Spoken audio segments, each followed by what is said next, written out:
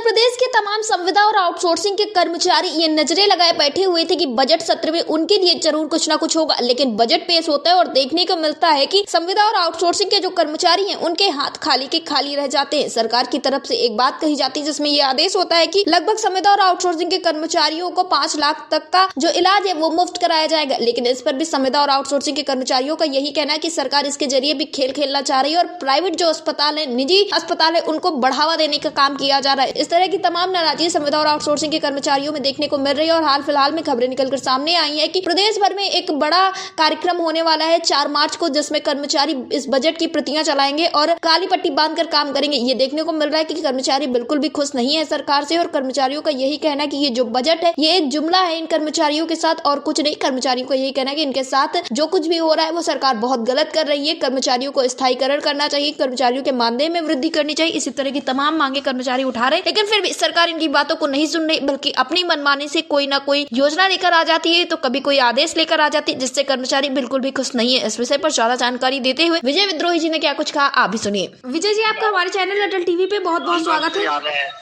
आभार, नमस्कार।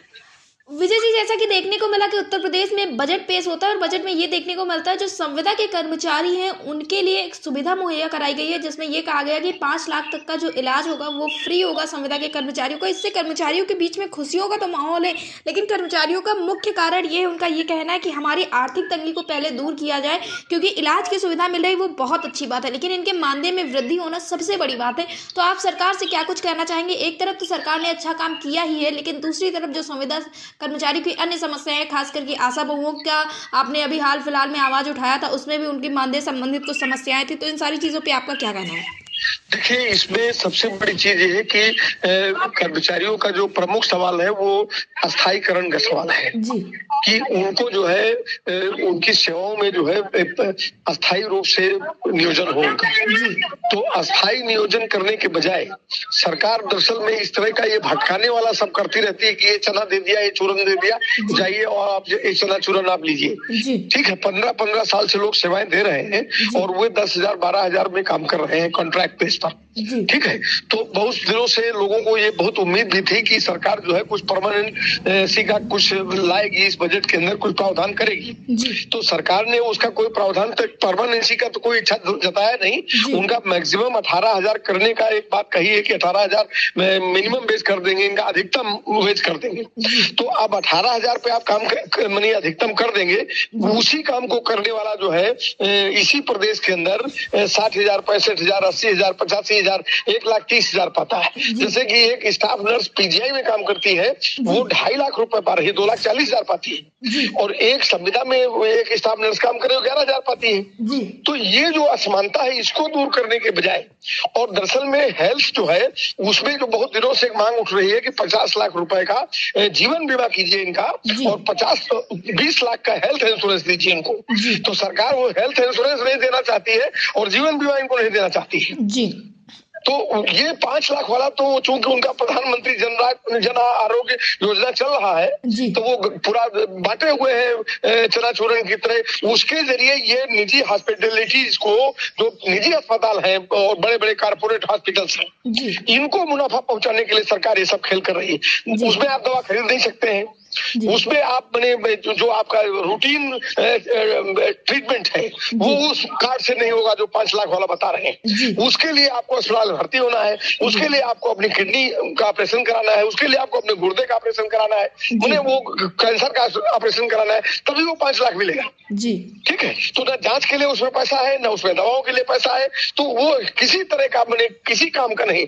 बहुत दिनों से एक सवाल ये उठ रहा है कि ईएसआई का व्यवस्था, राज्य कर्मचारी बीमा निगम का इनको मेंबर बना दिया जाए, तो राज्य कर्मचारी बीमा निगम का मेंबर भी नहीं बनाते जी।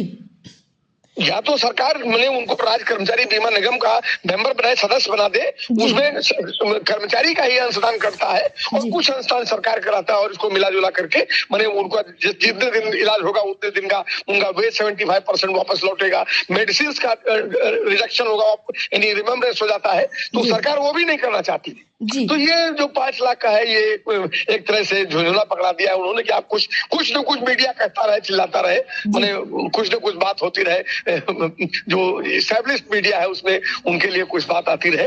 बाकी आम संविदा कर्मचारियों के लिए इस बजट में कुछ नहीं। मैंने आपसे एक बातचीत में इसके पहले बजट के पहले हमारी आपकी बातचीत हुई थी, उसमें भी मैंने कहा था कि सरकार की कोई मंशा नहीं है और कोई उम्मीद भी नहीं, तो वही साबित हुआ कि सरकार ने इसमें कुछ नहीं किया। जी विजय जी, जैसा कि आपने बताया कि सरकार की भी मंशा नहीं थी और ऐसा देखने को भी मिल रहा था, क्योंकि अक्सर ये बातें हो जाती हैं, आदेश दे दिए जाते लेकिन फिर भी धरातल पे लागू नहीं होते। फिर तो इस बार तो कुछ हुआ ही नहीं है। और इस दौरान ये भी देखने को मिल रहा था कि कहा जा रहा कि संविदा कर्मचारी इस बजट का वेट करेंगे और बजट आने के बाद ही अगला कोई कदम उठाएंगे। और खास करके उसमें प्रदर्शन जैसा कुछ देखने को मिल रहा था, कुछ लोग कह रहे थे प्रदर्शन करेंगे, कुछ लोग क्या कर रहे थे। अब बात करें उत्तर प्रदेश में अगर शिक्षा मित्रों की, तो शिक्षा मित्र लंबे वक्त से अपनी मांगों को लेकर शासन प्रशासन से गुहार लगा रहे, लेकिन उन्हें तो कह दिया जाता है, बस आश्वासन दे दिया जाता है और समस्याओं का हल नहीं होता। तो क्या इस वक्त पे आप लोगों ने कोई रणनीति सोच के रखी है किस तरह से? निश्चित तौर से उत्तर प्रदेश के अंदर 9 लाख आउटसोर्सिंग कर्मचारी हैं और संविदा में करीब 10 लाख लोग काम कर रहे हैं। वो उत्तर प्रदेश में अगर आपको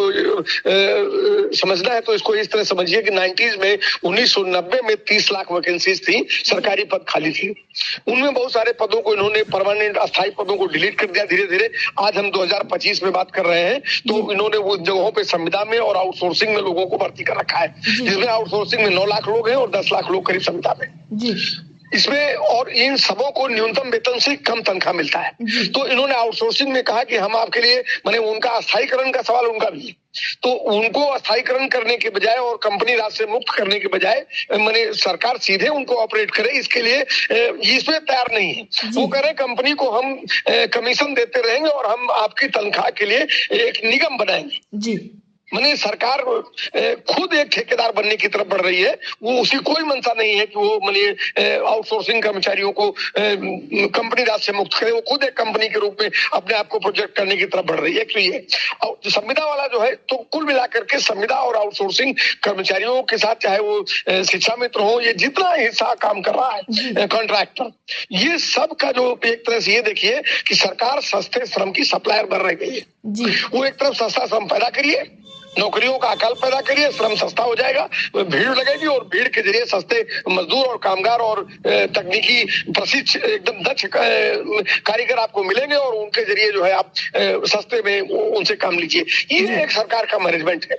कुल मिलाकर के सरकार की जो नीति है, इसके खिलाफ एक बड़ी लड़ाई की जरूरत है। और निश्चित तौर से हम लोग भी इस बारे में विचार कर रहे हैं कि मार्च में जैसे कि अभी प्लान लिया गया है कि बजट का जो है, बजट की प्रतियां फूंकने का 4 तारीख को हम लोगों ने स्कीम वर्कर्स और संविदा कर्मचारियों की ओर से एक ऐलान किया है कि आने वाली 4 मार्च को इसके खिलाफ जो है हम लोग जो है इसका बजट का प्रति फूंकेंगे, काला पट्टी बांधेंगे और पूरे प्रदेश के अंदर हम लोग इसका प्रोटेस्ट करेंगे, इसके खिलाफ प्रोटेस्ट करेंगे कि ये बजट जो है धोखा है और इसमें स्कीम वर्कर्स, कॉन्ट्रैक्ट वर्कर्स और आउटसोर्सिंग कर्मचारियों के लिए कुछ नहीं और परमानेंसी और अस्थायीकरण से नीचे कुछ भी नहीं चाहिए। जी विजय जी, एयरटेल टीवी से जुड़ने के लिए धन्यवाद। आभार आपका, धन्यवाद।